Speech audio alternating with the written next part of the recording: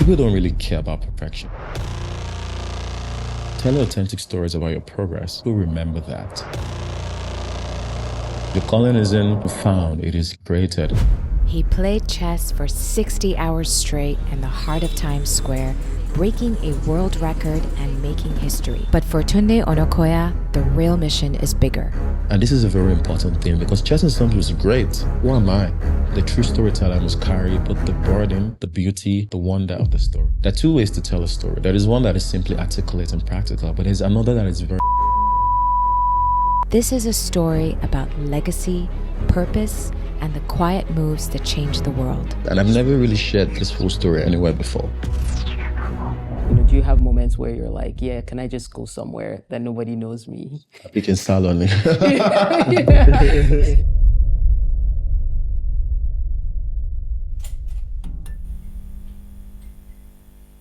Today on Creatorium, we have someone whose life is more than just a game. Tunde Onakoya is reshaping futures. With a small table and a big vision, he started Chess in Slums. But what he really created was a portal to possibility for young people who are often overlooked by society. From Nigeria to Times Square, Tunde is teaching children to see themselves not as pawns, but as kings and queens. But the story doesn't stop there. His journey is about answering a call to purpose, doing the work even when no one's watching, and staying true to your vision even when the world gets loud. In this episode, we're diving into the quiet, powerful decisions that shape big dreams, and we're being reminded that you can do big things from a small place. Let's get into it. Tunde, welcome to the show. We're excited to have you. Yeah, we've been looking forward to this episode for so long. It's nice to finally have you. Yeah, we're very happy to chase you around the world. Find you in Sweden or somewhere. See, you never know where Tunde will be. But let's get right into it. Let's jump straight into the conversation. Tunde, from Lagos, Nigeria to Times Square to the global stage, so much has happened in what looks like a short period of time. Does the dream still feel real to you? Anyway, I mean, I'm honored to be at the RSL. I'm a fan of the both of you. So Thank you. I'm glad we are having this conversation.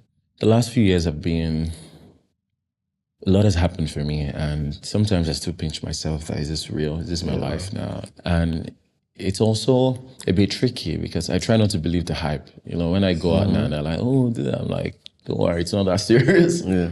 But I'm grateful. It still feels very real because just 4 years ago, I was still in my small one room in Ikorodu, you know, trying to make sense of the world, you know, my place in it, you know, and in the last few years have taught me that, you know, these things are possible and just staying true to who I've always been. And the world is just catching up to it. So I'm learning to adjust to it, and every day feels new, you know, but I'm just really grateful. Yeah. I love the way you answer questions. It's apparent that there's something deeply poetic about your journey.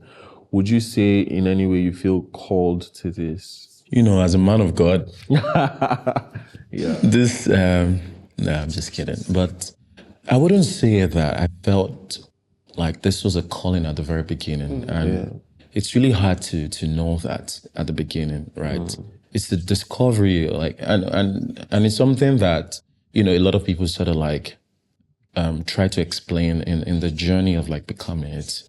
You start from this point and you have to make it to the other end, you know, and understanding what that journey entails is knowing that it is neither about the beginning nor where you're going, but who you become. You know, I wasn't this person 7 years ago, you know, but I've become many things on that journey. And one of the things that I found that I have truly become is I've become very deeply aware of things, of people, and it has in some way reflected in the way I understand the world. And this isn't something that you discover about yourself from the beginning, right? It has to happen with a lot of pain, with a lot of suffering, with a lot of beauty. So I think one of my gifts as well is I have a very wonderful way of perceiving the world.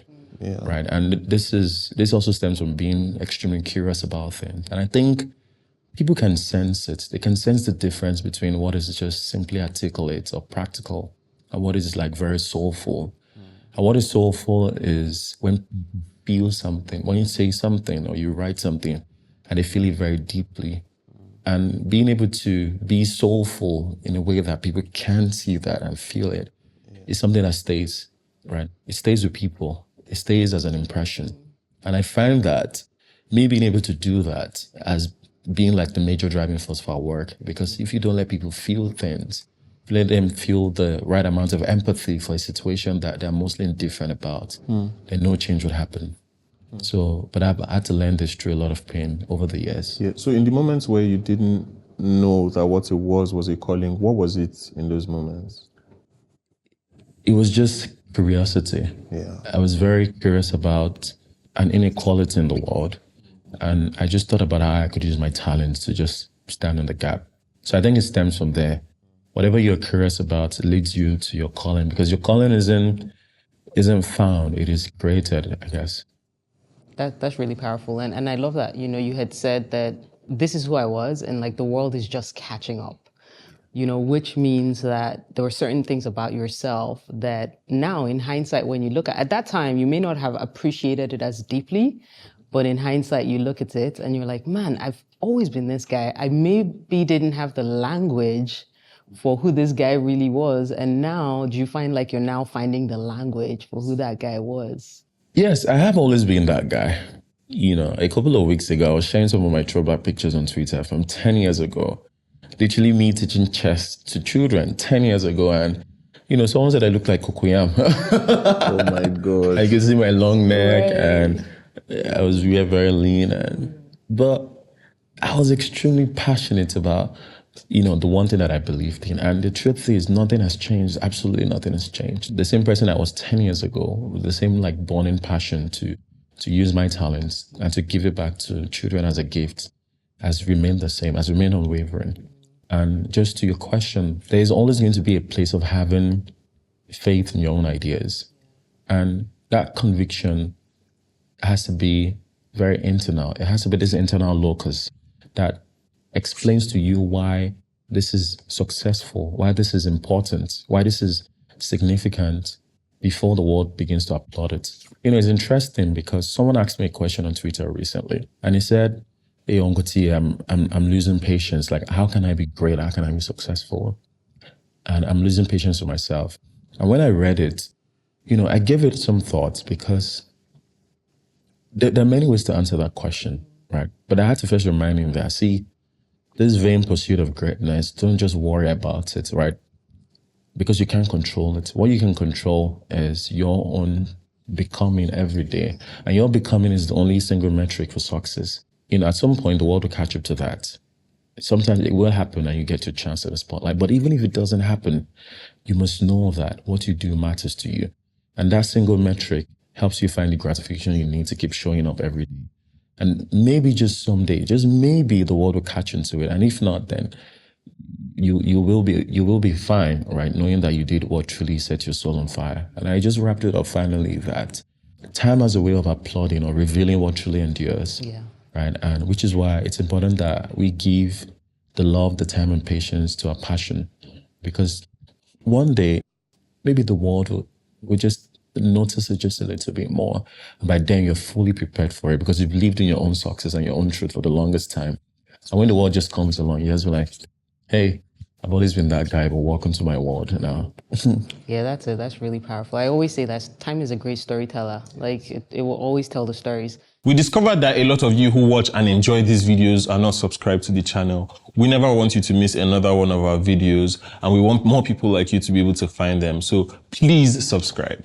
Now, I feel like when you're in a space where you're creating something or you're thinking about something or you're holding this burning desire and this idea and these things you want to do, one of the things that really separates, the people who go on to do great things from a small place, plug, Good one.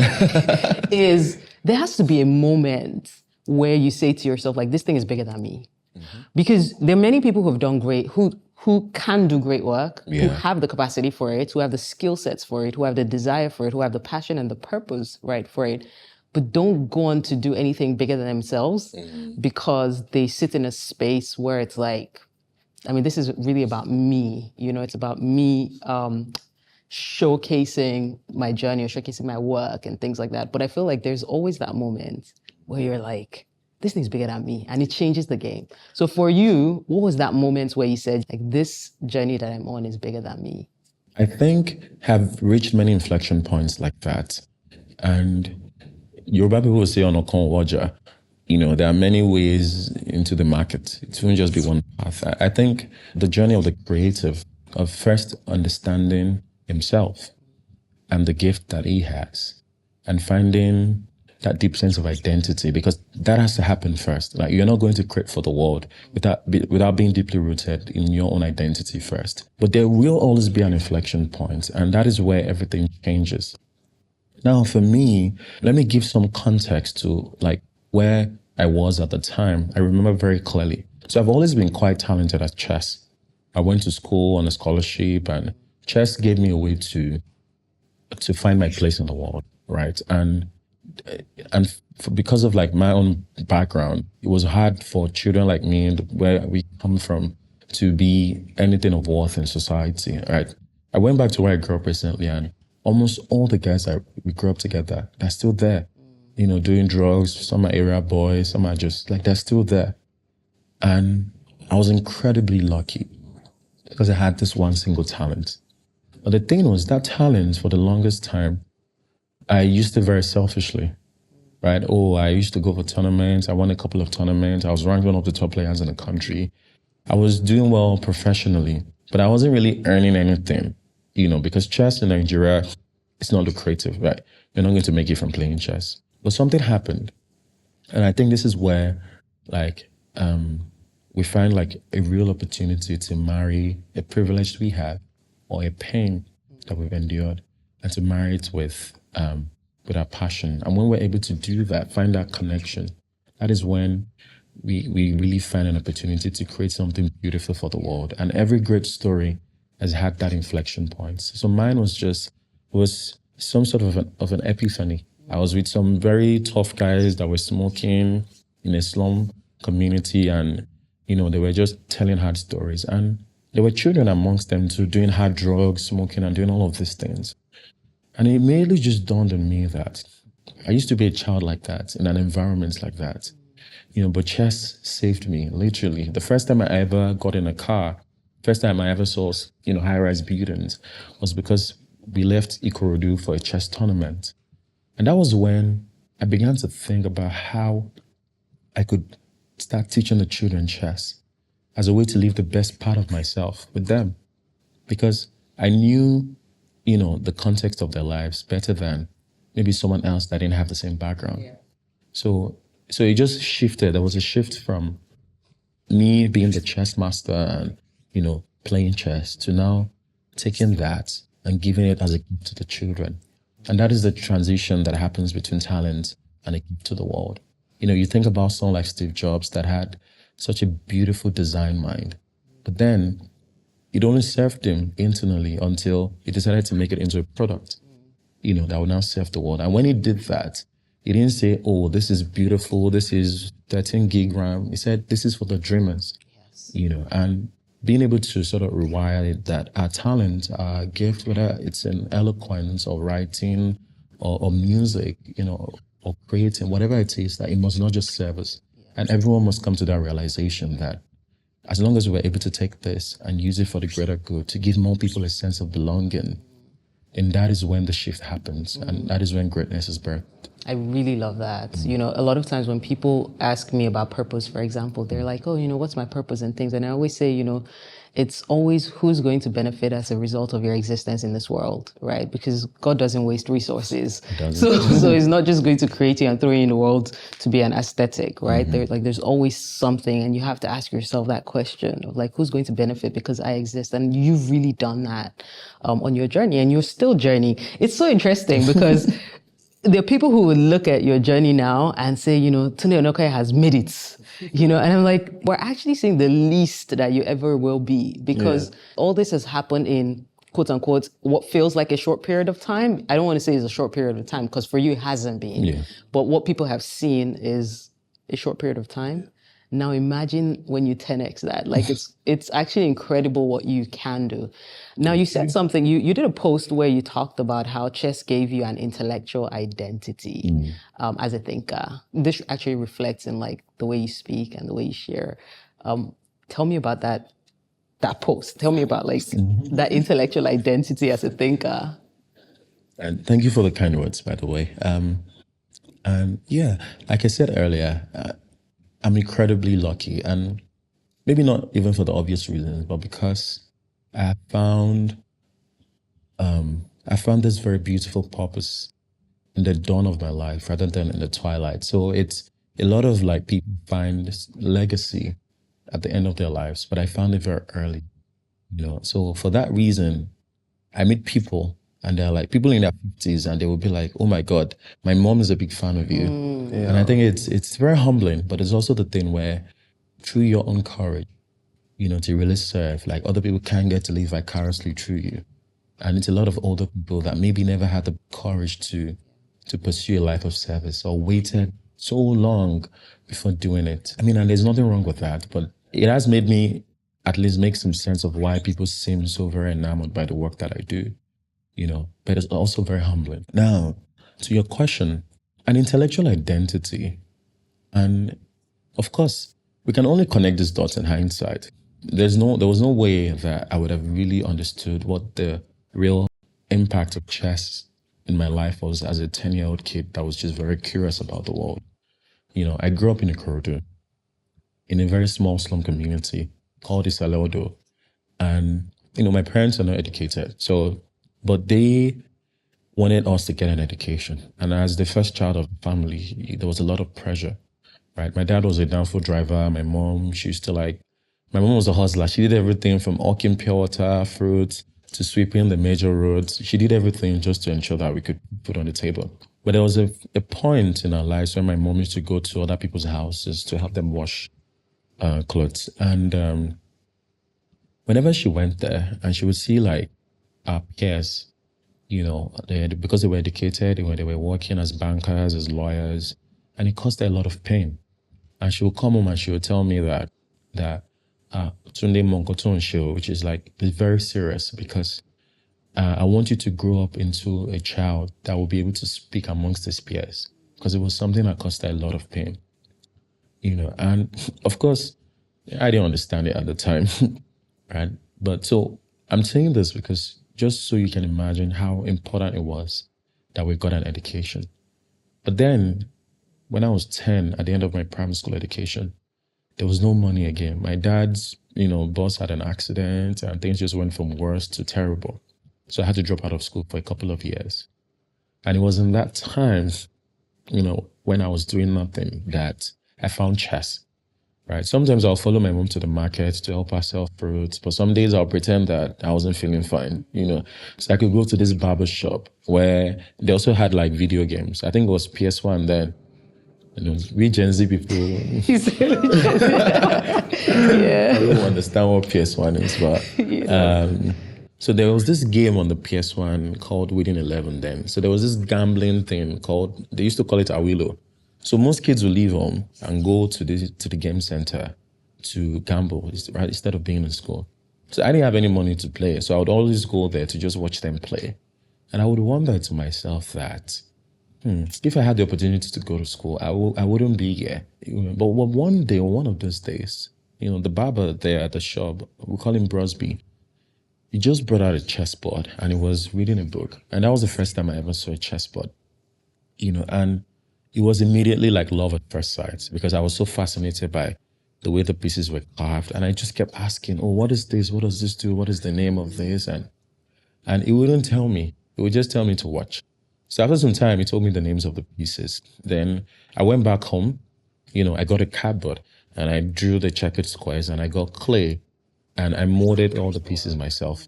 Then I taught my brother how to play so I could always find someone to beat, and I would go back to the barber shop. Whatever I saw them do, I would go back home and practice it. And what chess was helping me do at the time, because the real impact is in the synapses, right? It's the way the science explains it, that, the cognitive benefits, critical thinking, strategy, all of those things. But that wasn't what it did for me. What it was doing for me was it was helping me forge my own identity. And that is the real thing about poverty. It's like poverty robs you completely of your identity, because you're born into a situation, into an environment where you first become victims of your parents' poverty. You can't control it. And you can't didn't control choose. that. You're like, you've missed out on the lottery of birth. Right? So long before you even have your own, that agency, you've been fully formed by that situation. Then you're unable to function in society. And this is why the cycle of poverty is so vicious, right? We like to think of it as like in monetary terms, so living below the $2 line, but that is not it. And it is the children that bear the brunt of that.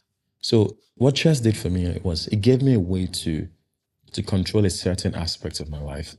There were days when we would go to bed without food. I couldn't control all the other things. I couldn't go to school, but I had found a way to control a very specific outcome in chess. So it was this 64 squared world I could escape to, that if I play well, I would win.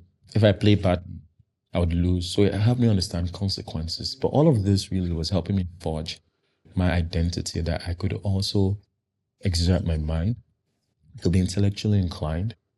And for an 11-year-old boy at the time, right, it was giving me a way to sort of like experience the world that I didn't even know even existed, on a very high level, practical way, through chess. So chess for me became not just the end in itself, but a means to an end. And me being able to find myself, find my voice, understand my mind was part of it. And what this does to the mind of a child is it helps them believe that they can be good at something, right? So I stopped just being a victim of my environment, but started to define myself through my ability, by what I had the ability to do. And that is why anyone can walk into this room with confidence, because they're good at something and you will respect them for that. And because I was good at chess, people respected me for that. And because it was an intellectual endeavor, it helped me believe in myself. And that belief was what helped me make it out of there eventually. That's a very powerful story. And thank you, Brosby, if you're watching this. I know. Have you ever seen him since then? No. I haven't been able to contact him. It's been years. But I just really hope he's doing well. And this is what I always say about impact, for example, right? Like sometimes when you're asked the question, how do you know who you're impacting? Sometimes you don't know because he may never know, right? This story, but in that moment, just by simply being, so it wasn't like he necessarily set out to, create a spark that would then have a ripple effect or anything, but just by being, it's just powerful, right? How our journeys, and for you, it's been the same thing, just by being. So many people's lives have been impacted, and you will never be able to calculate that, no matter how much you try. So you can calculate the people who come back to tell you. Yeah, I know. But there are many people that that you never really, hear from. Let's ask him, some questions about the parts that you actually can count, which is chess in slums. You built it from the ground up. We've seen all of that open up opportunities for you that you've handled so well, opportunities to compete globally. But then you've not just done that for yourself, you've also opened up the opportunity for the kids that you've been working with. So with Chess in Slums, what's been the most beautiful season of this journey you've been on? Chess in Slums, wow, my life's work, huh? So it's been 7 years and a lot has happened. And social media is wonderful because it has given us an opportunity a very rare one, to build trust at scale, right? And the only way to build trust at that level of scale is to be very authentic, right? And people don't really care about perfection. They care about stories. And telling authentic stories about your progress, people remember that because it becomes a mirror for them to also make sense of their lives, so, which is what we all crave for as humans. We crave for meaning, right? And it is the way in which I've always understood Chess in Slums, how we started and what it needs to become. Because when we started, it was a very single thought that chess can also be a tool, just like it had given me my own intellectual identity. We can do it for the children too, right? So even while they're in the slums, they can find a definition of their lives, some meaning by their own ability. And that is the greatest thing you can do for anyone, that you see something about themselves, about them that they don't see about themselves. And you show them. You don't tell them. You show them and you just watch them just bend the trajectory of things by themselves. And that has been like the entire thinking around it at the beginning, right? Because when you try to do something that novel, people will first ask you that, how would chess put food on the table? And you don't have the answer, right? Because even like in this place, nobody really cared about chess until Chess and Slums happened. In those 7 years, we've been able to impact the lives of so many children. Social media just captures a fraction of the story. There's still so many untold stories. But what is even like layered under that are the very painful things that have happened that the world doesn't get to know about. I'll say some of it today, but I will just save most of it for my memoir. The Chess and Slums journey is not all like roses and flowers, because you're dealing with a situation where you have to carry some of that emotional trauma yourself. It is the only way that you can like speak truth and with the delicate grace that it deserves. When I talk about these children and I share their stories, it isn't because I'm a good writer, a good storyteller. It's because I felt everything deep. I've seen a child die because they didn't have 5,000 naira for malaria drug. I've seen so much happen in these years. And some of it has left some very deep scarring. And of course, a lot of it we can't change. A lot of it too, we cannot change. Sometimes I'm still completely jaded by the scale of the problem. It is terrible sometimes. But one thing Chess and Slums has been able to do, right? Of course, the children that we work with, it's easy to like measure that. Like, 1,000 children went through our program and 500 educational scholarships. You can measure those numbers. It's an easy measure. But for us, we're able to define it like this, right? Just taking the children from 0.0 to 1, which could be anything. I remember there was one of these kids in Olivinus that he came from the village. And after I think a year of Chess and Slums, we're doing this group analysis. And he just said, "Oh, uncle, you need to play a prophylactic move here." And I just looked at him like, "How do you know what prophylactic move is?" And he was like, "Well, you said it like prophylaxis is a preventive." Because children are very funny. You are just yapping, but you don't know that. They're sponges. Absolutely. It's just they're absorbing one random moment. They'll just say something. You'll be like, and that is how they learn the world, because they have a very blank space and need to be able to imprint values to stay with them. So those are things that we actually measure. Like that progress, it seems like a very trivial thing, but that is the change that is happening. Everything else, on social media, the colorful, the fillers, it's just so it feels tangible to people that don't understand the depth of it. Yeah. And that was when the Chess and Slums change really happened. Because for the first 3 years, we're so hyper-focused on the 0 to 1 principle. But then nobody cared about that. Because if you say chess is changing the lives of the kids, nobody understands it. Yeah. And because of that, we struggled. But when everything changed? It was when we went to Osho, the underbridge. And, it was this kids, these kids have been through a lot of horrible things. There were so many situations that even like the area boys were raping some of the children, the boys, and that is the kind of hard life. And we forget that nobody becomes an area boy as an adult. It is the children that were neglected on the streets that have to lose all their innocence, use a lot of hard drugs to numb the pain, and become the area boy that we now see that becomes a menace to society. And we went there, we thought we could change something. Right, both by retelling a new story and by also empowering the kids. And we did that for the next 7 months. We had on that bridge almost every day. And one day we decided that we're doing this thing, and how do we really tell it to the world so the world can have a different story of these children beyond what we've always seen from a distance, that, all these children are good for nothing. Because we know that is not the full story. That is the single story about them. And we all know the dangers of a single story. Yes. It is untrue. Yes, it is true. They've robbed people, they will stab people, but it is incomplete. There's another story that should be told. And that story was just something very simple, just dignifying them. So we said, okay, we'd organize a tournament. And in all the months that we had trained them, they were always wearing rags. Some of them had not even had a bath for like months. And we decided to dress them up nicely. We were like, okay, let's do native this thing. So let's do filler hair. And I remember very clearly that as they walked out of the bus park towards like the bridge where they had the tournament, the entire Oshodi just stood still. Like the market women, the buses that were driving, everyone just paused, and they couldn't believe these were the same children that had That they always see all been the there. time. Yeah, all the time. Yeah. And there's one of the boys they used to call Iru because he was always smelling. So the market women were just like, Iru, is this you? Shewalele. And the boy was crying because he couldn't believe himself. And I remember that day was very emotional for me because I cried. And we took beautiful pictures of them. And maybe at the time I had, say, maybe 5,000 followers on Twitter. And I just kept staring at these pictures. And I didn't know what to say. And it took like a week. And you know the first thing I said? I just said, we are all area boys, right? And as soon as I posted that, it gave me a basis to like tell a story, a new story about these kids. Because area boy is a derogatory term. Right? But by then, by convincing people that we are all area boys, like these children, because in some sense, we are all victims of a dysfunctional society in varying degrees. And these children have borne like the greatest brunt of it.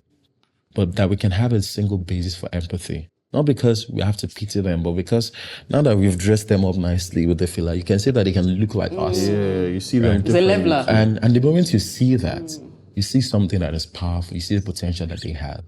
And that is being the way we've defined like the Chess and Slum story over the years, that, you know, every child has the potential to become, right? But it is entirely up to all of us. And the only way we can justify our own privilege is by ensuring that we can democratize that opportunity and stand in the gap for them. So every day I'm still like, wow, I get to lead this incredible organization. But I feel like these are just early days, right? We're still becoming. And until every child can be seen for what they can become rather than what they are right now, then our job will never be done. Yeah, I really love your perspective on everything, especially the 0 to 0.1. I saw a quote recently that says not everything that counts can be counted. Yeah. And it's just so amazing to see. You say a lot about sharing the story, storytelling, you know, presenting the information to the public a certain way. Chess is a very, or at least it appears to be a very cerebral, intellectual pursuit. How do you connect something like that to an important story that needs to be told? How do you find that connection? So chess is boring. True story. No, true story. Maybe you should cut this. Okay, don't cut it. Just keep it. It's fair. You're truthful. We'll take it. But not boring because, like, for me, it's the most exciting thing in the world. But it is not a spectator sport, right? Because it's a game of complete information, right? What it means is that you, as a beginner, you can never beat someone that is proficient.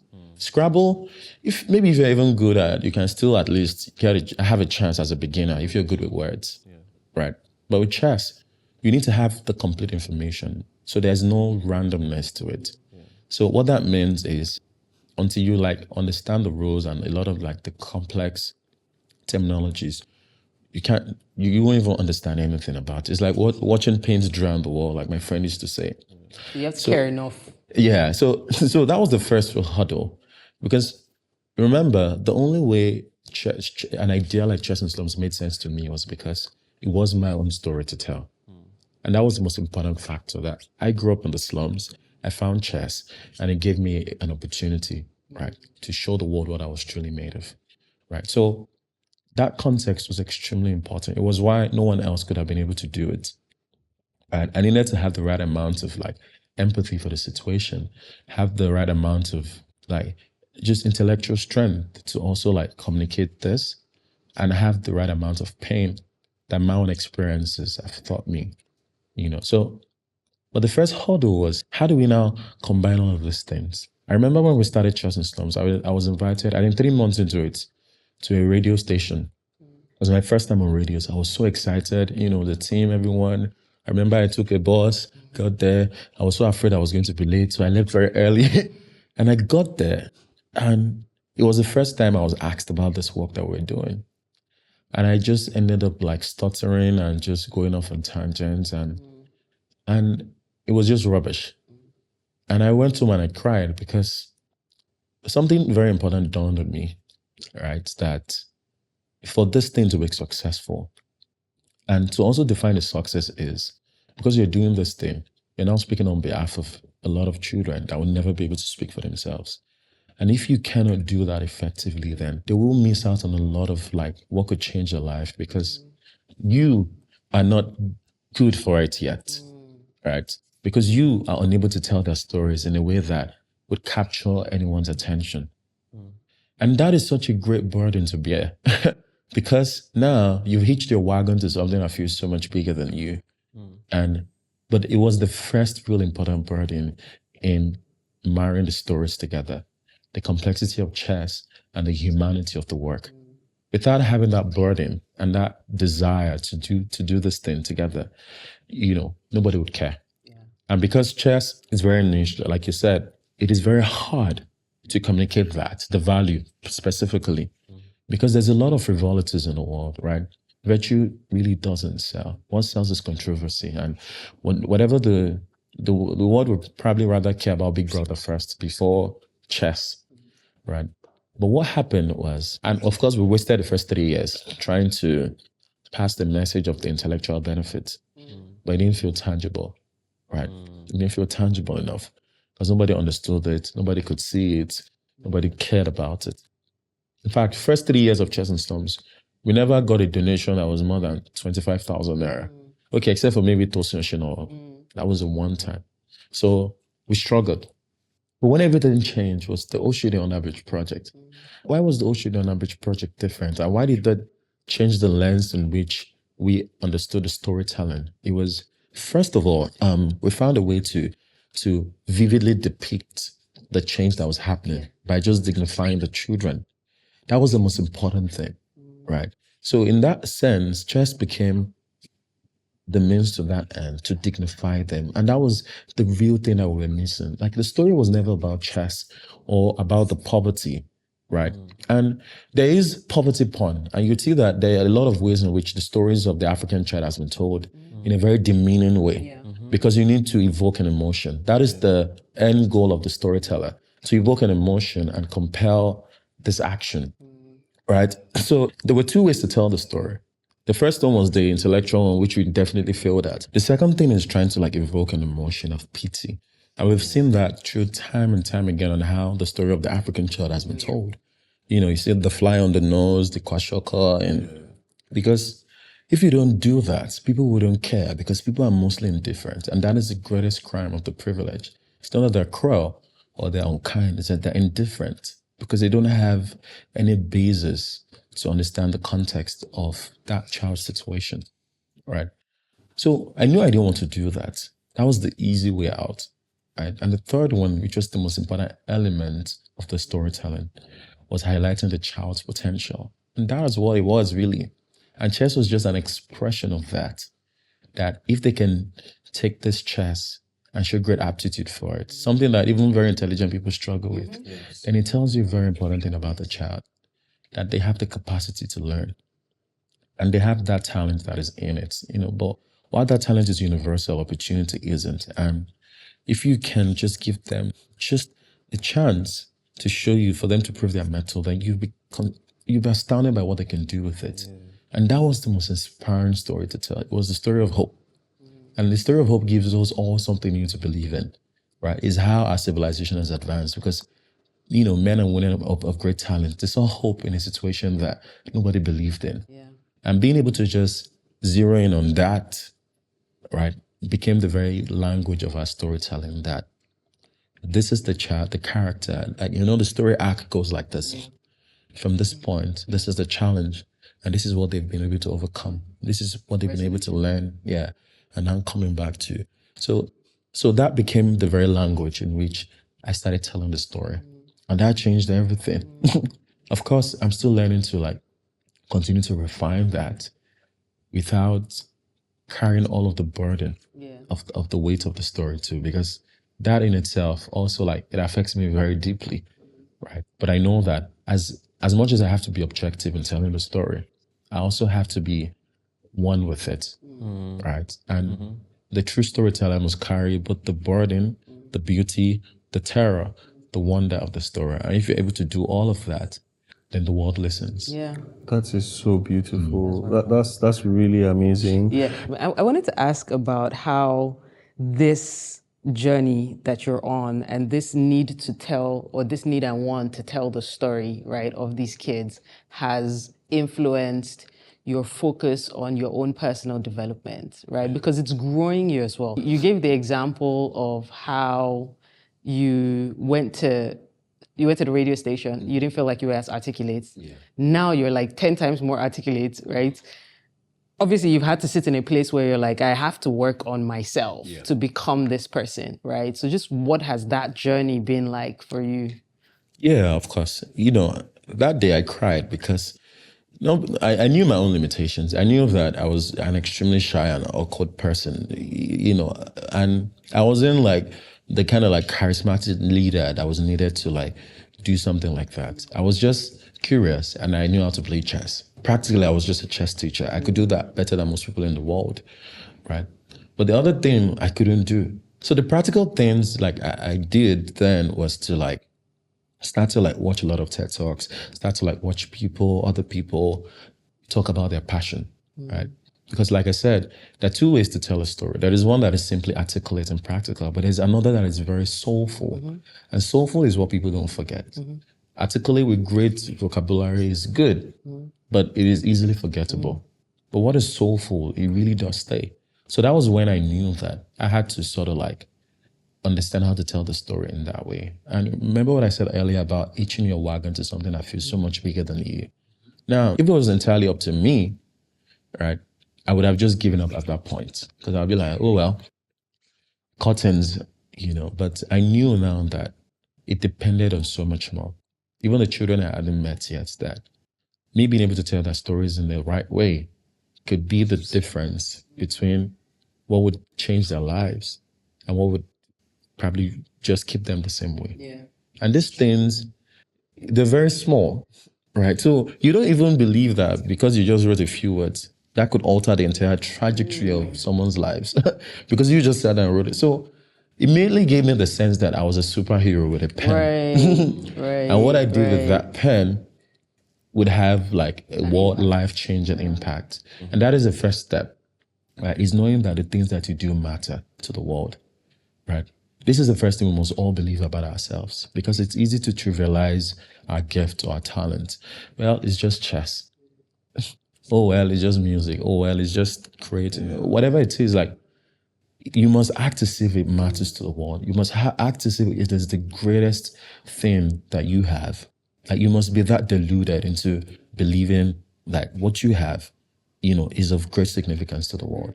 And immediately I had that like mindset shift that me being able to even speak well or write well is of great importance to changing the lives of this kid. Yeah. It gave me that deep sense of responsibility, right? And I started to become better for it, right? So the times where I felt lazy, I knew that, man, you had to, because it wasn't just about me. And for maybe this is an important lesson for all of us, that you never really know how far-reaching, the impact of the little things that you are now can be, because we can only see as far as we know or as where we're standing. But as you walk, the way continues to appear, then you see the full scope of what your journey can become.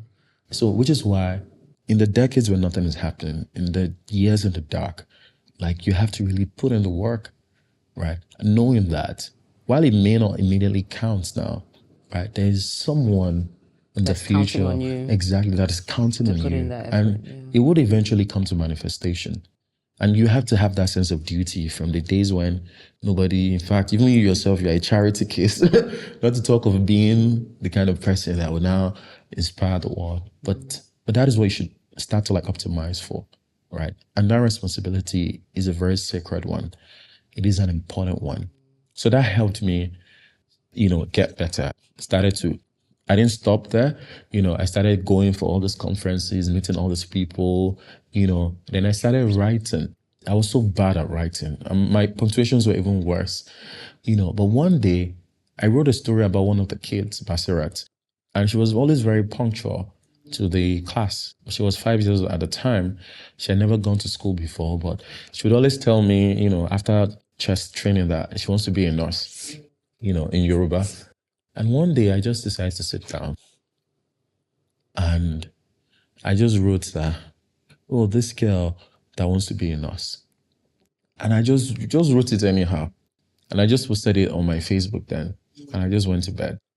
And I woke up the next day and it had gone viral. And they were like, people reaching out that, oh, this girl that, she reminds me of my daughter. I would like to support her education up until university. Wow. I was like, wow. Like, that's the power of the story. I couldn't believe that. It was just like, I couldn't believe it. So that was the day I knew that it was important for me to be the perfect storyteller, right? Because like I said, people are mostly indifferent.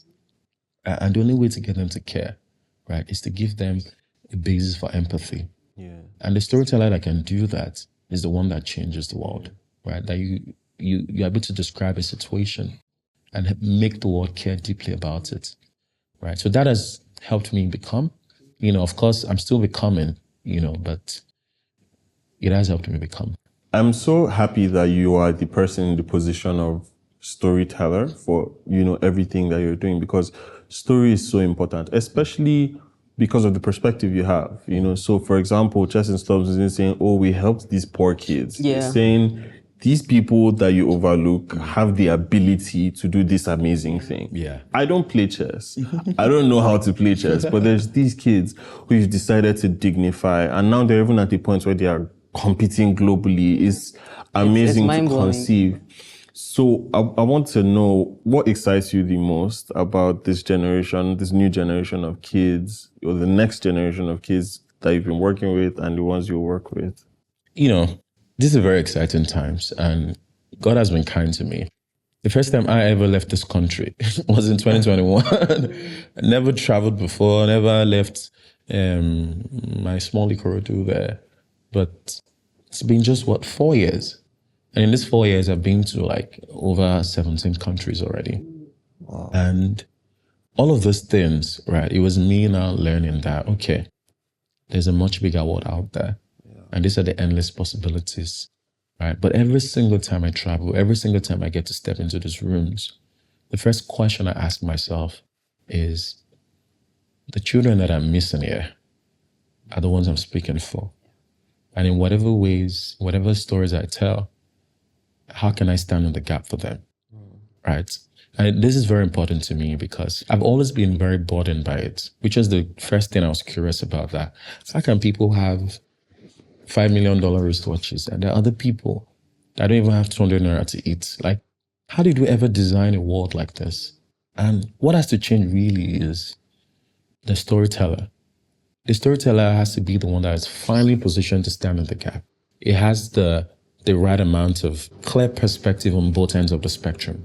You're seeing both sides of the curtain of extreme wealth and extreme poverty. Now all my friends are very wealthy, very successful, but I still spend a lot of time with these children from some of the worst slums, right? And it's, how do you stand finally in the gap? And I said this recently in an interview that it is not enough for us as a society to just have a heart for the poor. It's important for us to have a mind for the poor. And there's a clear difference between both things. Having a heart for the poor is easy. It's sympathy. December period, let's carry spaghetti, bags of rice, and all of that. But that doesn't solve a fundamental problem of people that have been excluded from systems. Having a mind for the poor is so much more different. It's thinking critically to be able to build infrastructure and systems that can meet them at the points of their need, right? In a very easy and practical way, right? Not just continue to build stuff for the middle class, right? There's an entire faction of people that are completely neglected, all right? Completely excluded. Why? Because they don't have disposable income. So what that tells you is we've created a problem in society where children will continue to fall through the cracks. And they're now falling in large numbers. There are 20 million of them right now that are out of school in Nigeria alone. But then if you go to a lot of these global conferences, you continue to hear one thing repeatedly, that Africa would have the youngest youth population in the world. Africa will have the youngest workforce, blah, blah, blah, blah, blah. But we should be terrified of that. That isn't anything to be excited about. How are we supporting them? Because if you're not preparing them for that future, they will become a liability to it, right? And that is going to affect all of us. The Oyinbo people that are saying people should not come here illegally, Don't worry. The people, they are going to come through Sahara Desert. So I think about this, and I also think about like, what Chess in Slums is now.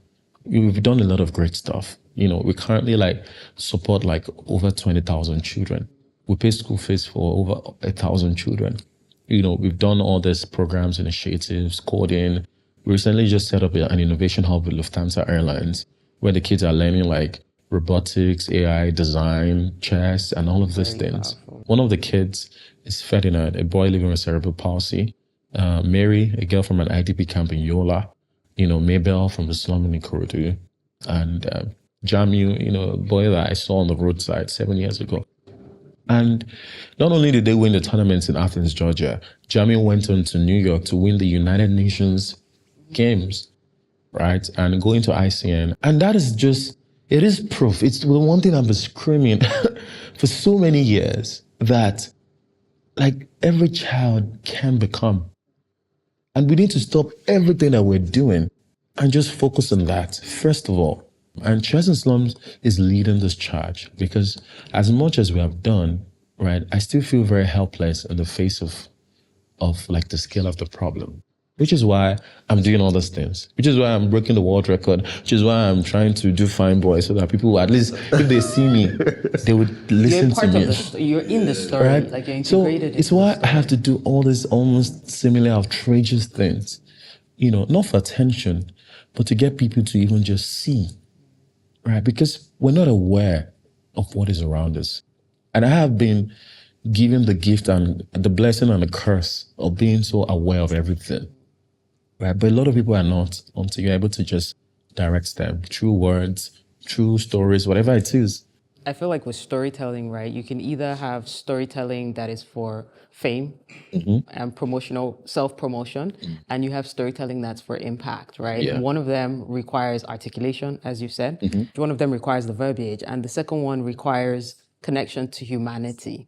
So as you're sharing these stories, you're mentioning the kids' names, you're showing us the humans behind these things. Yeah. There are many people who are pursuing certain causes, right? And they've tried to, give us stories around the causes that they're pursuing, right? And they've done this on all sorts of levels. What differentiates you from a lot of the storytellers who are telling stories for causes is the fact that this has been your story as well, right? So you're representative of other people's stories. And aside from that, you're always bringing, no matter how much people see the Tunde Onakoya brand, right? You always bring it back to shine the light on the why you're doing this, as this person. We just talked about like the African child and the way people perceive the African child. Now, if there was something that you wanted people to celebrate about the African child, right? Based on your experience of what you've seen, what would that thing be? Like, what does that look like for you? I'll use a chess analogy. And it's the journey of the pawn. So small chess lesson. The pawn is the least valuable piece on the chessboard. It has a value of 1 point. The rooks have a value of 5 points. The knight, 3 points. The bishop, 3 points. The queen, 9 points. And the king is invaluable. So the pawn is the least valuable piece. Now, the pawn easily just disposable. Like, it can easily be lost in battle, because, and how you'd know is the amount of like freedom they have on the chessboard. They can only move forward one square, and then they capture sideways. They can't go backwards. All the other pieces can go backwards and retreat, but the pawn is like the soldier that is sent to death, forward ever, backward never. And the pawn can be easily lost. But there's something special about the pawn that makes it much more powerful than any of the other pieces.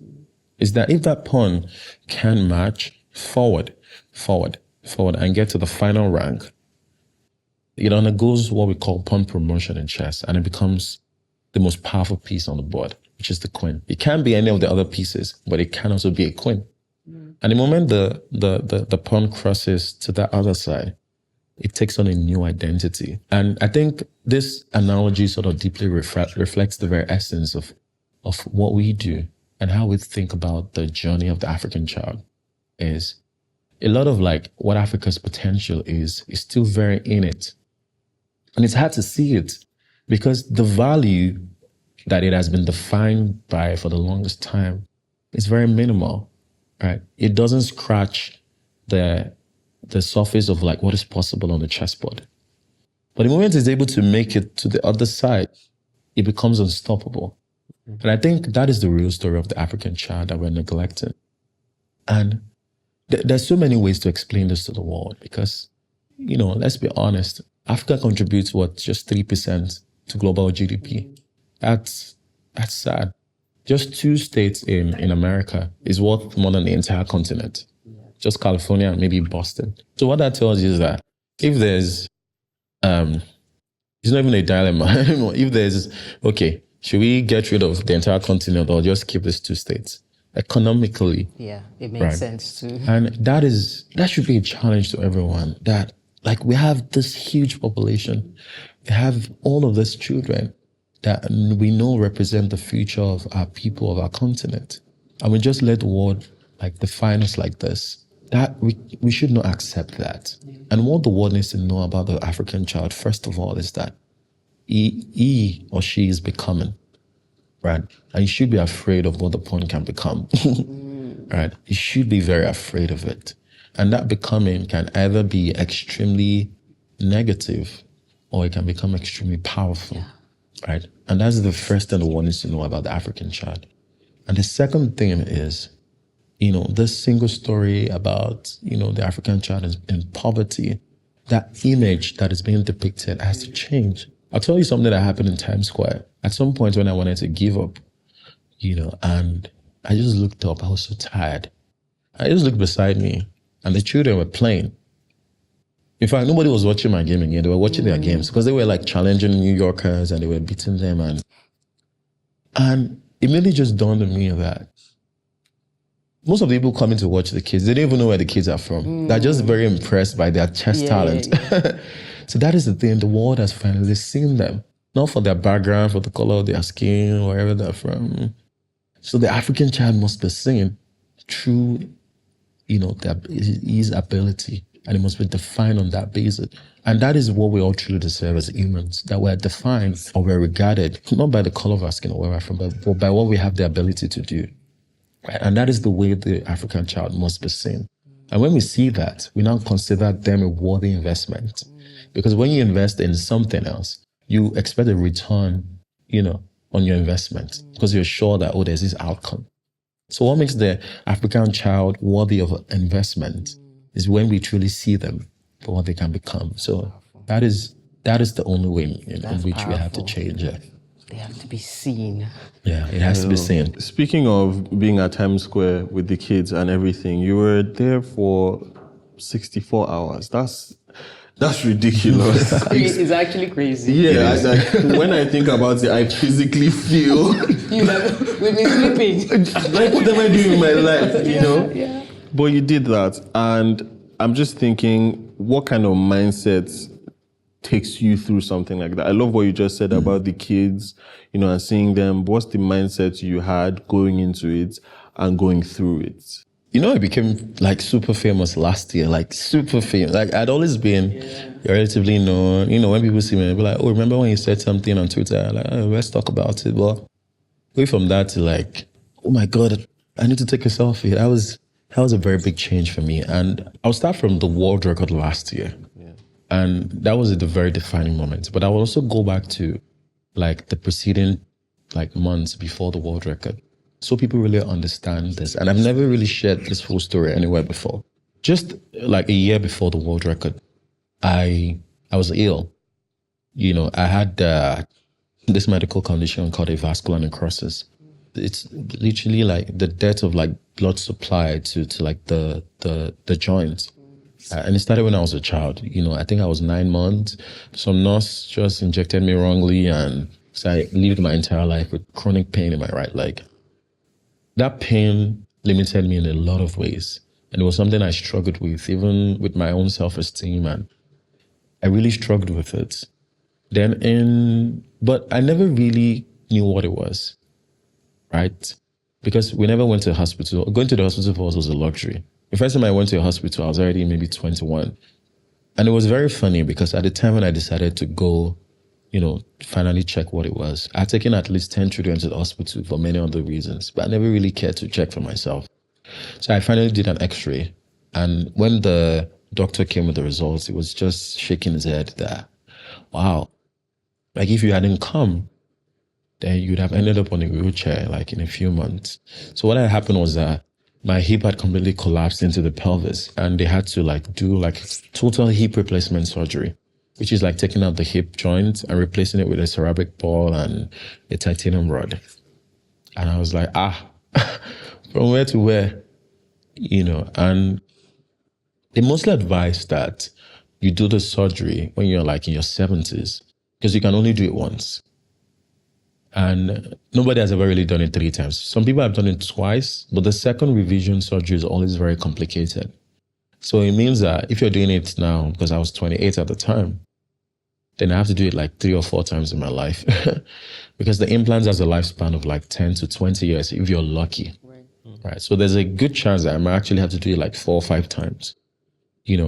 But the hope is maybe at that point technology would have advanced. Yeah.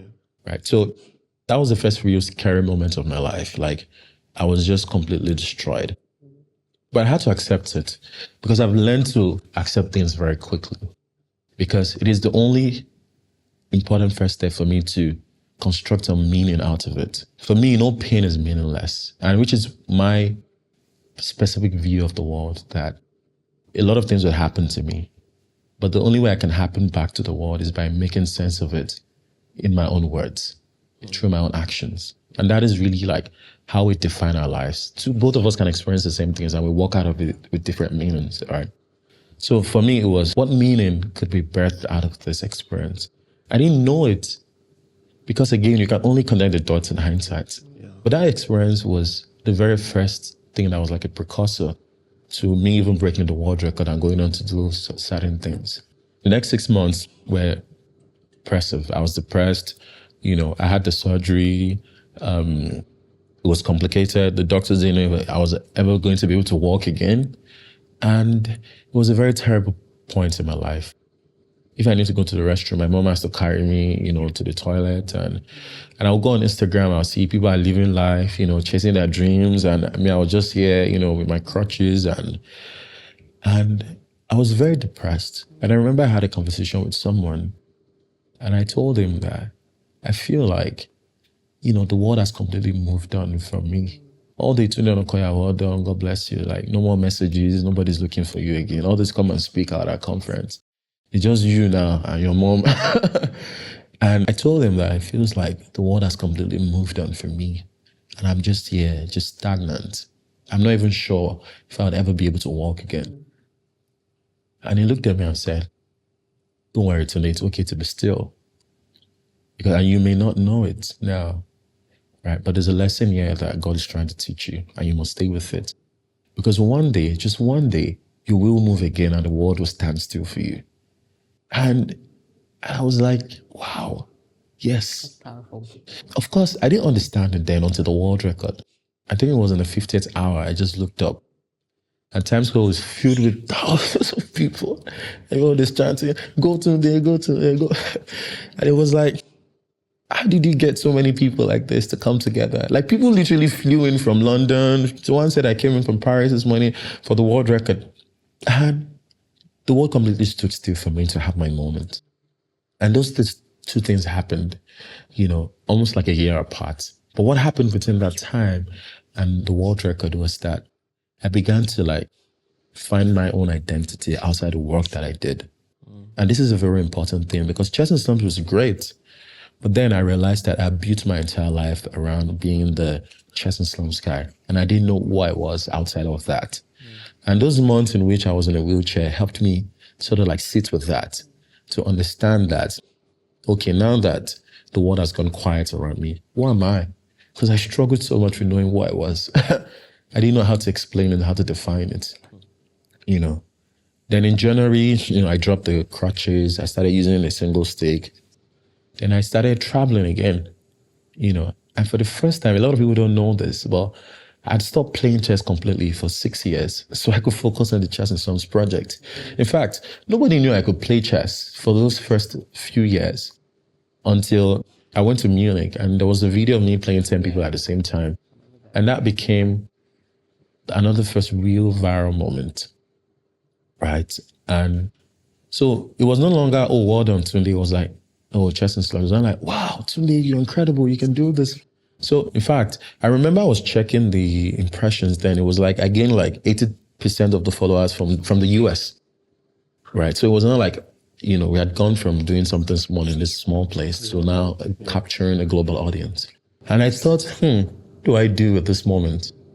I remember I wrote a piece called Dear Dreamer, talking about how I don't want to be remembered as the guy who could beat 10 people at chess at the same time, but as a guy who helped children believe that they could do great things from small places. And it was important for me to continue to turn that spotlight into flashlights for what I want to be seen. Yeah. And that was the beginning, of the journey towards the world record. It's like I started doing all the things that I loved personally, started playing piano more, playing chess, speaking, doing all of these things. And I went to America for the first time. You know, I'd never been to America before. And I got to America to speak at a conference, and I went to New York to see my friend. And when I got there, you know, we're just walking at night, and it was like, Tunde, let us do something before you leave. And I was supposed to leave in 3 days. I was like, what? He said, let us just do something. And I was like, let us break the world record. What is the world record? Let's check. Oh, 56 hours. How can anyone play chess for 56 hours? That's literally, it's crazy. And Ross, and which is why it's important to have great friends. Because Ross is the kind of guy that if you tell him something, he's already like 10x it in his head. Right? That's adorable. And that is always a good thing, because it makes it so much bigger than you now. And I was like, okay, so what do we need? Let us send an email to the world record team. Now, it takes about 12 weeks for them to even confirm your application. So I had to first cancel my flight to Lagos, right? So, but you know what happened? They approved it in just 1 day, right? Oh, wow. And because I just sent them a very deeply worded email explaining why this is important to me.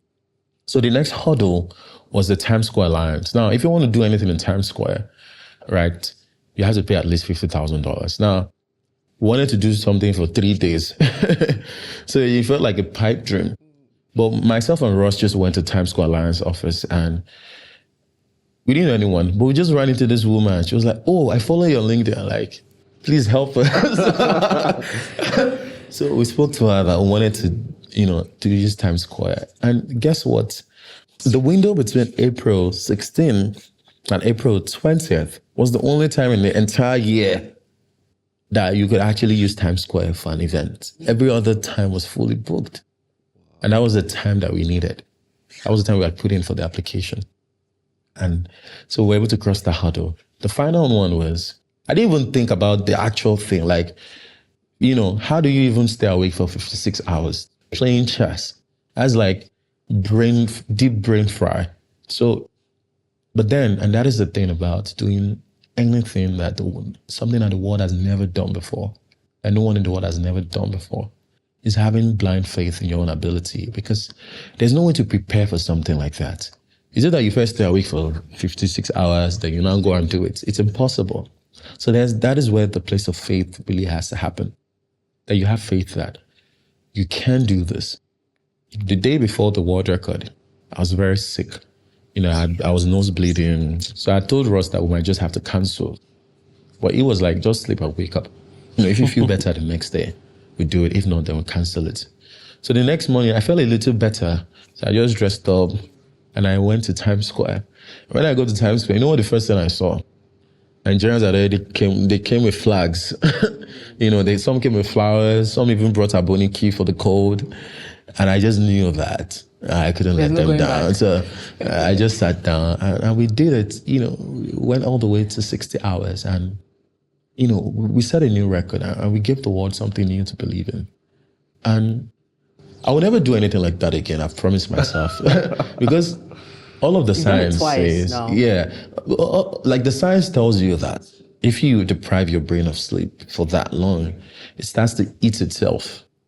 Of course, there were many times that I was hallucinating, right? But then, because we knew that we're doing this for something that was so important, we're trying to raise money for the children's education, for the hub we wanted to set up. And if I hadn't done that, would have never been able to have, for example, the hub now where we train like over 1,000 kids every week from Makoko. And that just tells you that if you believe in something, right, and you believe very strongly in it, the world absolutely makes way for it. And the man that has the will, I call it the wheel of fire, from Naruto, I learned from Naruto, it's like having the wheel of fire is so important to like breaking through what is regarded as a status quo, right? Because the moment you will your way through the world, the whole universe just has to bend to accommodate it. It just happens, right? And with that, we broke the world record. This year's one wasn't as intense because I just thought, hey, someone else broke it, so now let's break it again. And the children were with me. I wanted to do something cool for them, and we did it again. Wow. But no more.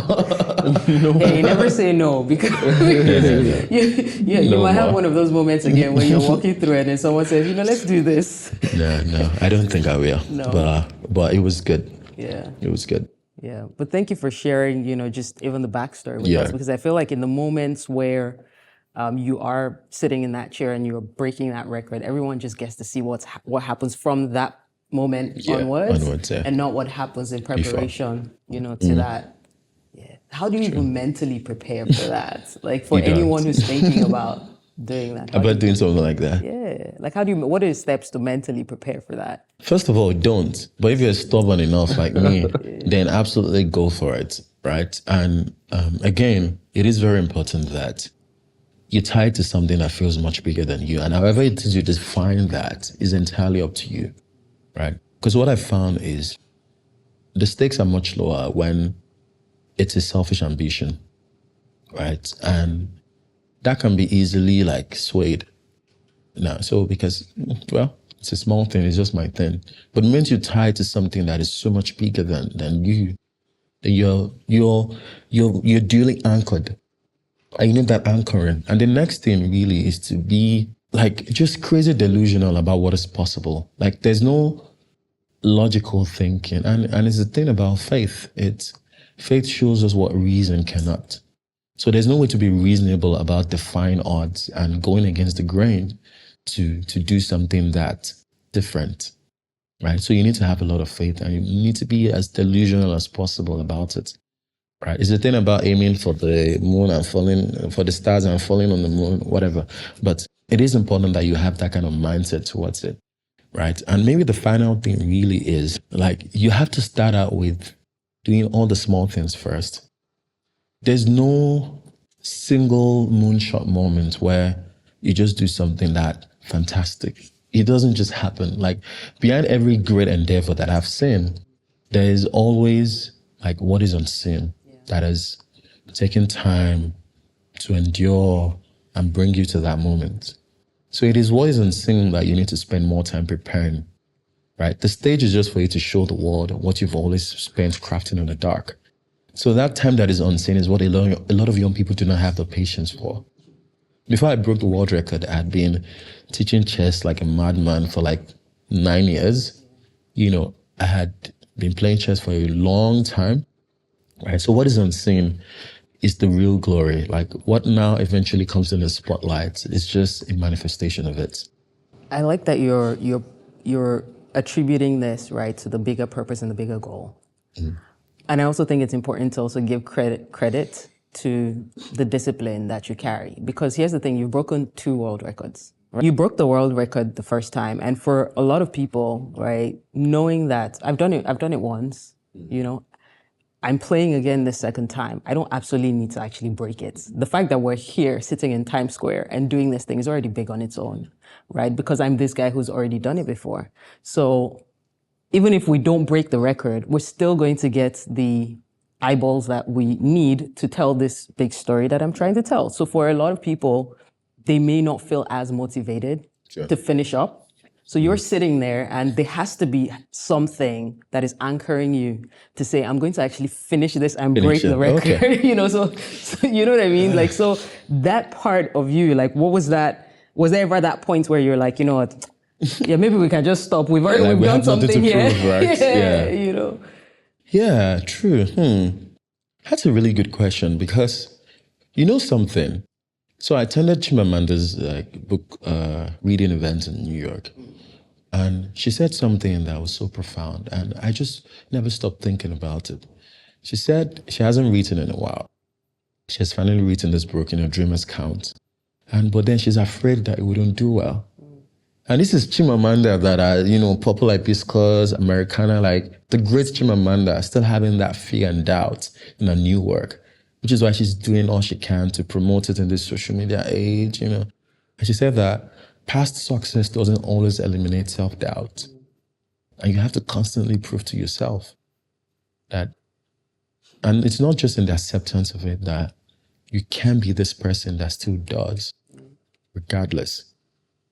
And I never stopped thinking about that because I remember the second time, of course I was tired. So even like my opponent, Sean Martinez, the US national chess master, he was done, and we actually really talked about giving up at that point, right? And it was like, because truly, we have nothing really to prove anymore.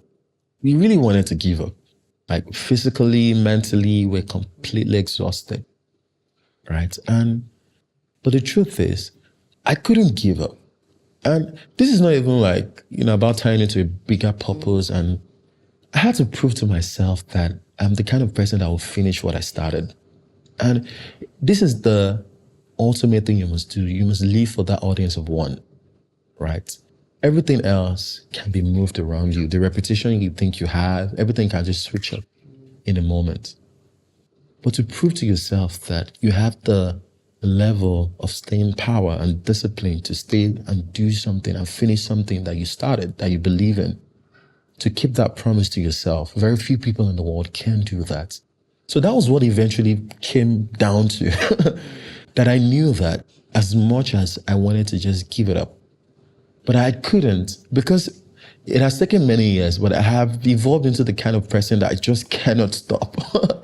It was going to be against the very nature of who I am to give up or stop. Right? And that was what I said earlier about it being neither the journey nor the destination, but who you become. Right? So I have become many things. But what I have become, most significantly, is the guy that just doesn't know how to stop. And that was it. That was what got us through over the edge. Yeah. Your story is actually very interesting. I love that at every moment there's what's happening on the outside and there's what's happening on the inside. So you're able to articulate all those things, even though not everybody's able to see both, of course. Now I want to ask you how you navigate something that some people don't realize you might even have. How do you navigate your relationship with fear? So again, because I'm such an overthinker about, the very mundane things, I spend a lot of time, right, trying to rationalize things first. Like when something happens, right, I spend a lot of time thinking. Even when I want to write, I can spend 1 hour thinking, then 2 minutes writing. So fear is something that I've had to spend a lot of time, also thinking about, so I can control my response to it. Now, make no mistake, everyone feels fear. That is the truth. Fear is the one thing that is a constant. Yeah. Right? You're going to be afraid of a lot of things. In fact, you're going to be afraid of even your own potential. Right? But the real essence of fear isn't that it has to be conquered. No, it has to be embraced. Right? It's the very first thing that happens to us when maybe we encounter something that requires some courage and we're unsure, right? So there's a place of embracing that uncertainty. Fear literally is that emotion that is triggered when you're uncertain about something, right? There's a confidence that comes with knowing what a specific outcome will be. So you're whatever. It's like something that you're quite adept at now. Someone else says, "Oh, come and do it." Like something you can even do while you're closing your eyes. It's just like me playing chess now. I can never be afraid of playing chess because it's something I can do in my sleep. Right. If they say, "Tunde, come and play chess," I'll just do it. But there are a lot of things that you will be afraid of because there's that uncertainty that is hovering around it, right? And I've had many instances of it. My first real fear when we started Chess and Slums was the fear of public speaking. I was completely afraid and terrified, right? Like, it was just, I used to be the one that used to be at the back of the class, not say anything. And all of a sudden now, I have to be in front. And if probably even people notice that. For the first 3 years of Chess and Slums, the first time I ever gave an interview or even really showed my face was just in 2021. Between 2018 and 2021, I did nothing. Okay, aside from maybe one BBC interview, right? And this was important to me, but we kept documenting because I was so afraid of what it would mean for me to finally put myself out there.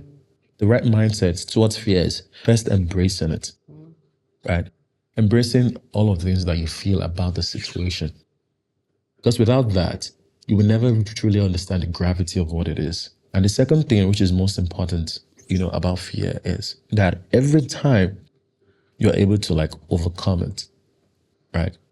You're building confident expectations in the very next thing. And that is what you really need to take out of that situation in which fear either stops you. It will stop you a lot of times. But every single time you're able to overcome it, it sort of brews confident expectations for the next thing that you do. There was no way I would have broken the world record if I hadn't had very small scale things that I'd overcome over time, which is what made me become, you know what, damn it, we're going to do it. You don't just suddenly become that kind of person overnight, So you must treat fear as such, as an obstacle that gives you the ability to just build your confidence just a little bit more. And when you have that mindset, it sort of gives you perspective. It doesn't overcome it, but it gives you the right perspective to think about it. So you understand that, yes, the gravity is this, but at the same time, this is what the reward is on the other side, right? And holding both complexities helps make your decision easier with time. So if you have a lot of fear, it's okay, it's very normal. I still feel it. Maybe I'll give one final example. During the world record this year, just like you rightly said, there were going to be a lot of eyeballs. So we thought, yes, let us sell something. So last year in London, I had designed this chessboard that we wanted to sell. And I was like, this would be a good way to sell it.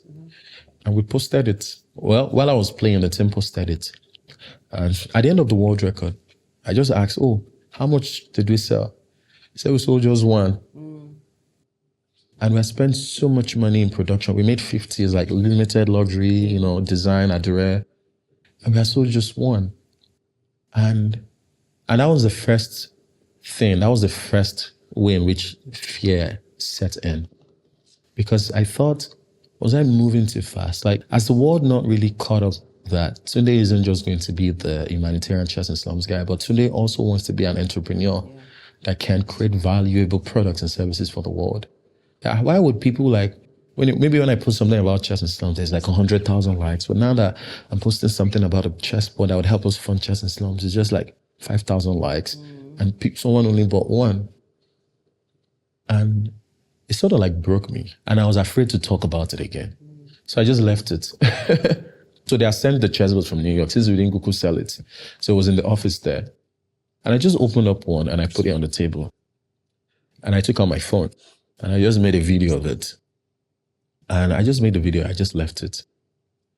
Because I had discussed with the team and they had said, let us do a full production to relaunch it and all of that. But I kept procrastinating because I was afraid that even if we do spend a lot of money relaunching, it still wouldn't sell. Because maybe people actually don't care that much about chess, right? But I read something.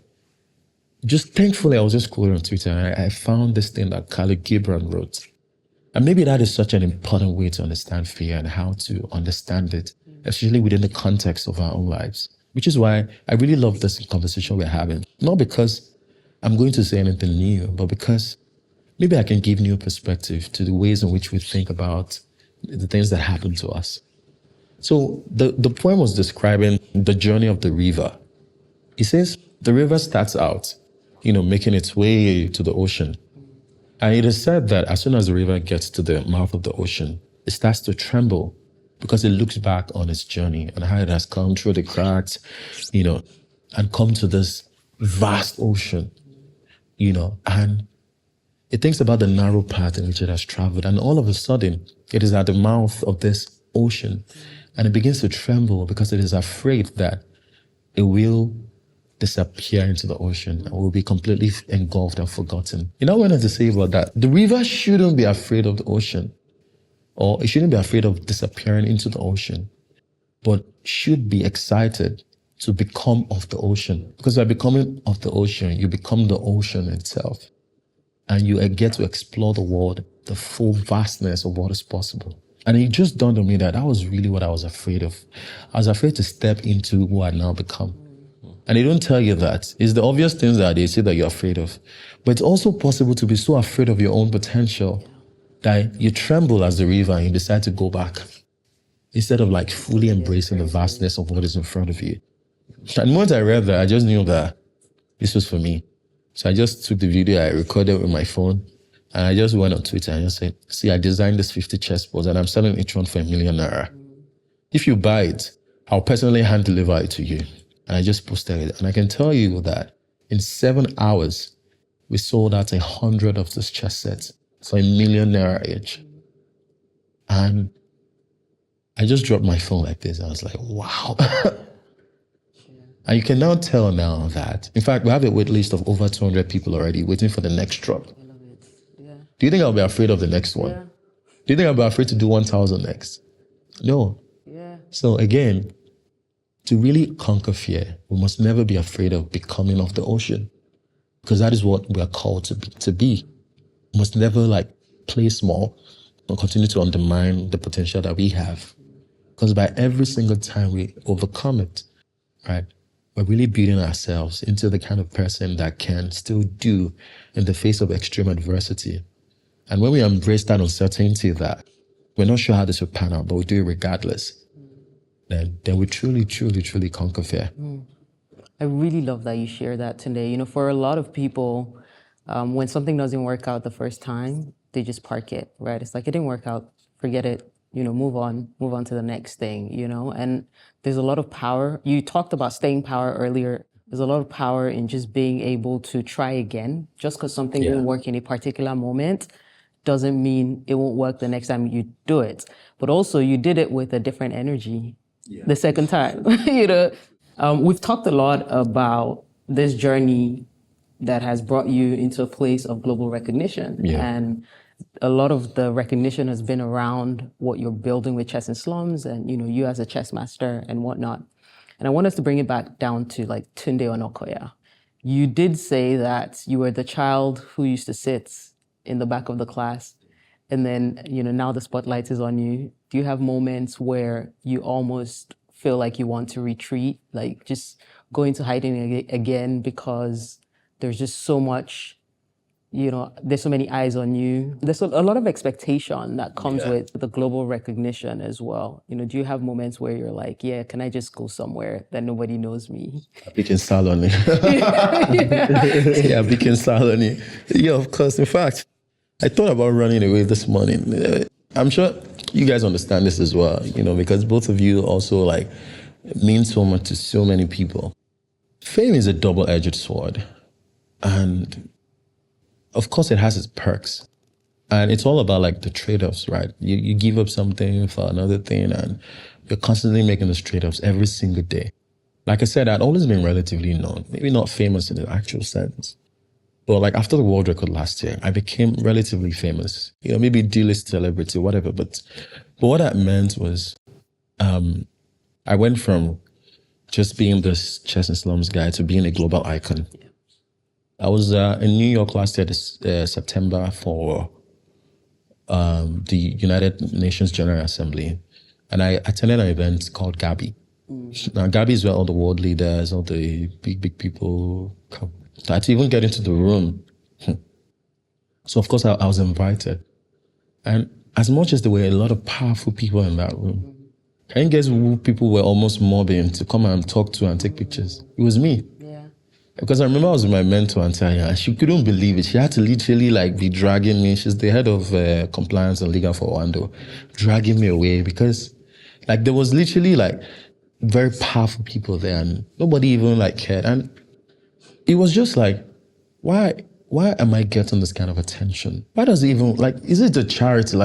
Anyone can do charity.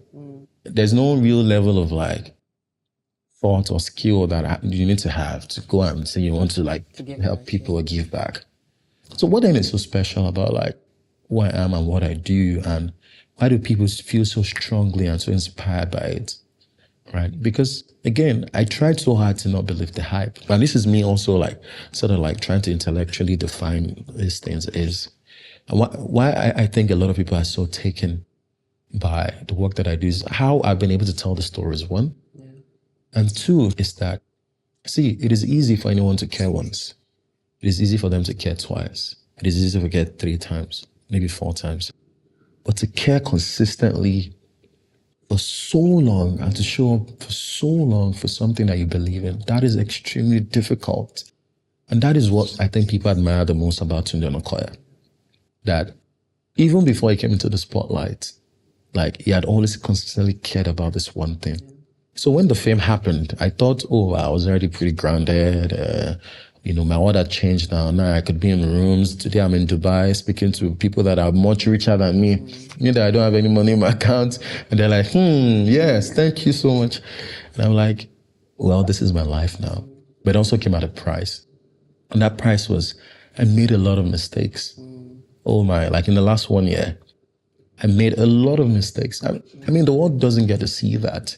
But I made a lot of mistakes not because I was seeking like validation in like the applause or the attention, but because there were times that I actually indulged, right? There were times in which I knew that, okay, now that because I had this kind of access, like I kind of like didn't use it the right way, if you get what I mean.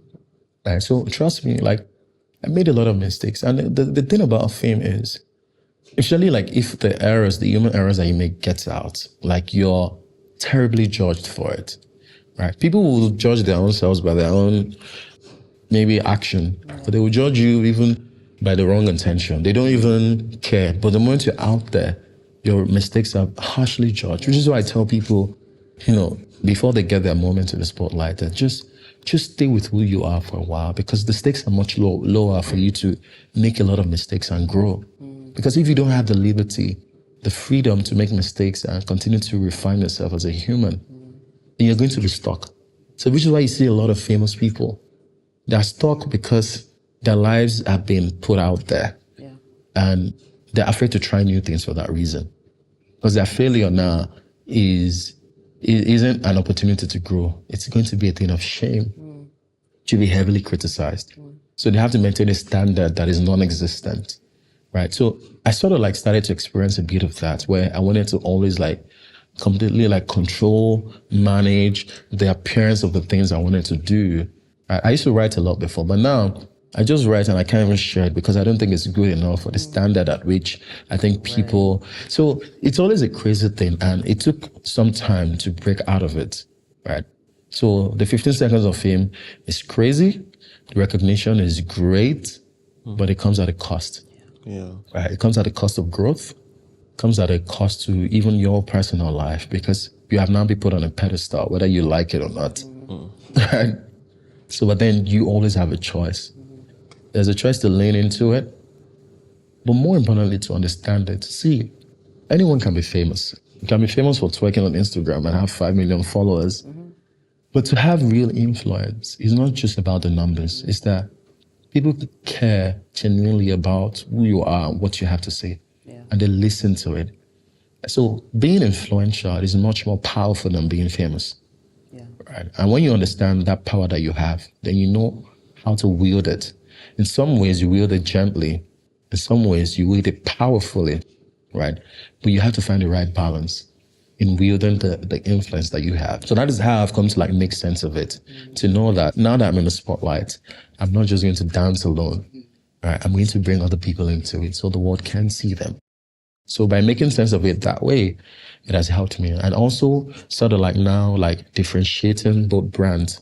Because now, Tunde Onakoya, the Chess and Slums guy, that is his life's work. That is, everything would always be missed to that end.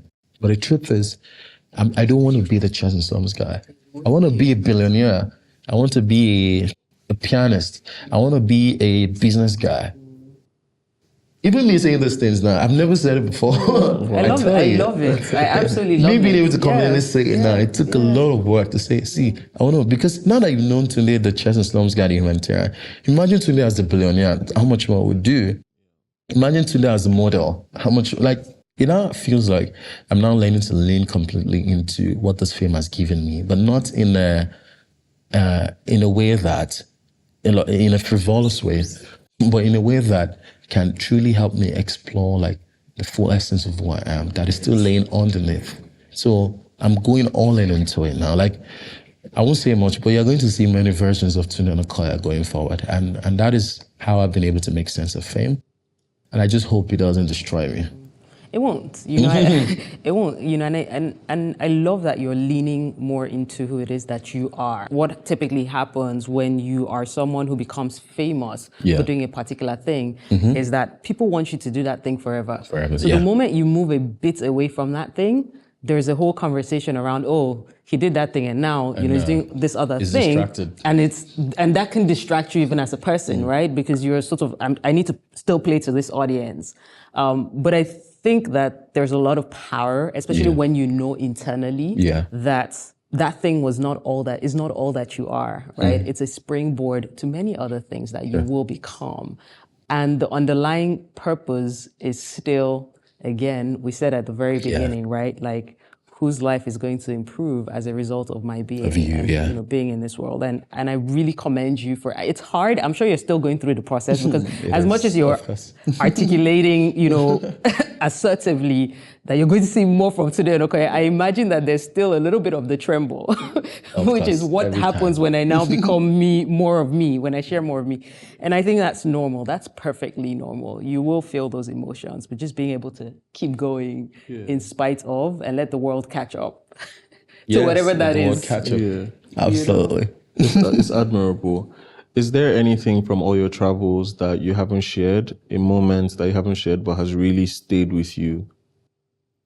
I think it's first like the knowledge that sometimes great things can go unnoticed for a really long time. And I've seen a lot of great things in the world. So recently I did like a chess masterclass at Harvard, George Washington University. So I was touring the US and, you know, we did these masterclasses and it was actually an incredible experience for me. Because through all of these things that I've been doing, nobody has ever even asked that. Did you even go to school? Like, the truth is, I could say like I barely went to school because I only have a diploma in computer science from Yaba Tech, right? But it's like you're speaking to these rooms of like highly educated people, highly successful people. And I remember when I was invited to the DLD conference, it's like one of the biggest tech conferences in the world. Like Sam Altman, Mark Zuckerberg, Elon Musk have been the ones speaking there. And they asked me to give a keynote speech. And it wasn't even about like what I knew, which was the chess thing. But it was about like what the future of Africa is and what we think Africa's place in the world is. And I'm like, why do they think that I'm the one that should be the one to come and to speak on behalf of so many people, right? And it is such a scary thing. And for those listening to this it doesn't matter what room you're in or like what your place in the world is. Because you will see more of it if you stay consistent and diligent with your passion. You must believe that your story matters.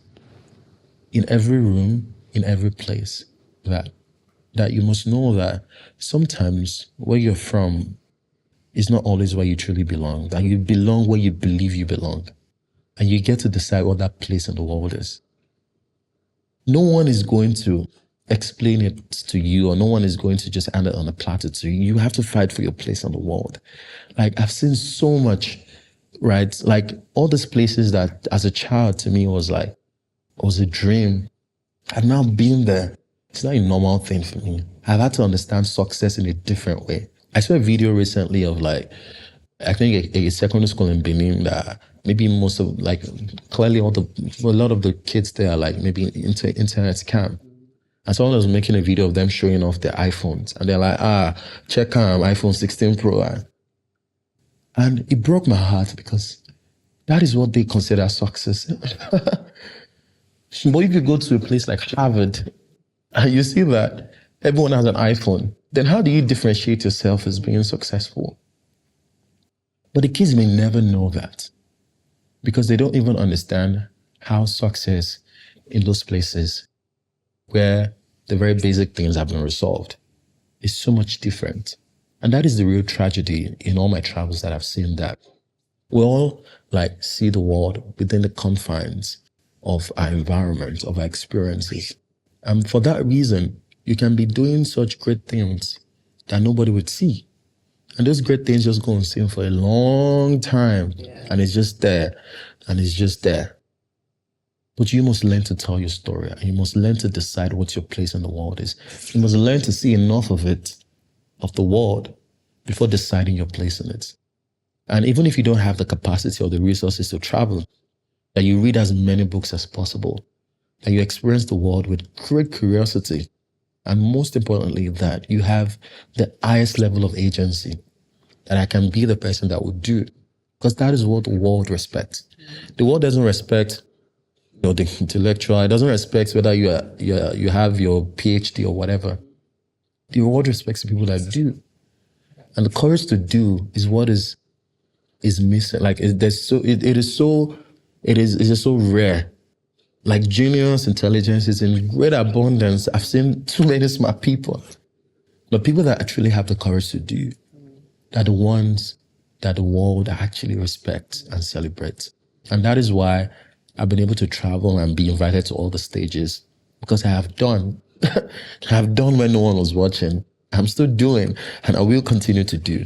So it is only the doers of the world that will decide what it looks like, that would have a role in refining it for the next generation. So if there's anything I would ever tell anyone, right, and anything I've seen, I've learned in all this traveling and all these great things that have happened to me, is that please just be the guy that does. Walk into every room asking, how can I help? And if you become that person, you will find your place in the world, and the world will respect it, and your stories will matter wherever you go in the world. Tunde, this has been a long and interesting conversation, but we want you to speak to our audience now. For anybody who's building something and what they're building requires them to take up storytelling, but for impact, not just for the sake of building a social media account, not just for the sake of, having a website, but for actual real life impact. You can speak to the camera. What are some practical ways to go about this and do it right? To my fellow creators and to the Gen Zs like me. And again, thank you so much, Adara and Salem, for inviting me to really talk about this.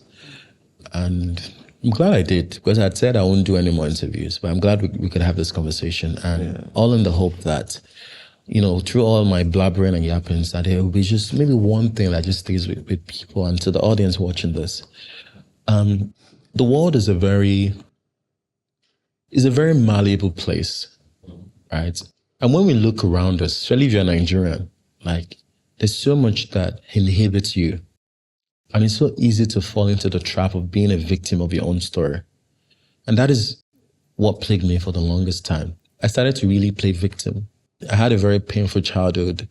I couldn't go to university because I couldn't pay, the medical fees for LASU, amongst other things.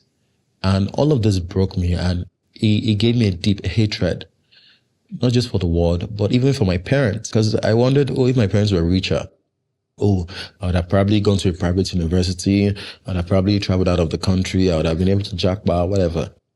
Right? And I continue to play small as a victim of my own story, of my own beginning. And that just stopped me in a lot of ways for so many years. So the first thing, if you're listening to this and you want to do something truly remarkable in the world, that you have to get out of your own head first. You have to stop thinking about everything else that is happening to you and just allow it. You have to take complete control of your life. This step is so important that you just come out of it. Because the moment you do that, then you've found true freedom. And you need freedom to explore your imagination, to explore your ideas, to explore your dreams. You will never do that from a place of survival or from a place of just thinking that, it's not my fault. It's because Nigeria is like this. It's because Africa is like this. It's because my parents didn't have this. All of it is valid, but then it shouldn't be the only thing that defines the very essence of who you are is. You're built for so much more. You need to come out of being the victim, taking complete control of your life. And the very next thing is that we live in this time of abundance. Like literally, you could go on ChatGPT and you could create anything, right? So what has become absolutely necessary now, right, which has always been an excuse that we didn't have access, is discipline. In the world, with this constant distractions, there has never been a better time. Like even if you can't write, you don't know how to write, ChatGPT could literally write something with the same standard as a PhD holder for you in 5 seconds. So what does that even tell you? That it's that the world has changed. It has changed seriously, but there isn't going to be a big announcement to tell you that this change has happened. But it has happened, and you need to be aware of it. And it is the ones that can make the best use of this opportunity that will make it to the other side. And this world has come with a lot of opportunity, but also a lot of distraction. But then you have to have the required level of discipline to be able to use this for yourself. Just be able to use this to develop yourself, able to use this even in the work that you do. And the final one that I'll tell you today is you must never think of your success as a selfish one, as a personal one. And I take lessons from my own journey and my own story. The greatest success I enjoy today isn't because I'm a chess master or because I'm the world record holder. As a matter of fact, I've never introduced myself as a world record holder, and it's not because I'm great at chess or whatever, but it's because of the life of service that I've actually lived for children. That is the one thing that has given me a reputation, has given me a good name. So whatever gift you have, whatever you're creating, you must always have that at the back of your mind, right? However it is you choose to define that within the context of what you do. Mine is just chess. Yours could be music, it could be spoken words, it could be in your career, whatever it is. It could even be that you just have the gift of eloquence. But whatever it is, just know that there must be a place in which you must serve the greater good. This is the only thing in the world that matters. This is how our entire civilization has advanced, that creators of great talent, of great capacity, of great competence, not only were they able to find themselves, right? They were able to take that and impress it on the world. They had the right amount of talent and courage to impress it. In fact, it is so much more important for you to be mediocre and be courageous to give and serve than to be competent and to have the fear of using it, of showing it, of impressing it on the world. Even if you're mediocre, these are the greatest times to, be mediocre, but at the same time, still continue to be consistent with it. And, I've said this a couple of times that there are decades when nothing happens, and there are weeks when decades happen. And as a creator right now, if you're in your decades when nothing is happening, you're doing your stuff, you're putting it out there, you're getting just 2 likes, just stay with it. Because someday, just someday, your decades in a week could happen. And not only would you be ready for it, then you will really, really do something meaningful in the world. And as long as you continue to optimize for that, I think you'll be fine, right? So stay with who you are, impress your truth on the world at all times, and I'll be rooting for you. Thank you. Yeah, I feel like an applause should, right? Yeah. Thank you so much, Tunde. It was so great to have you on the show.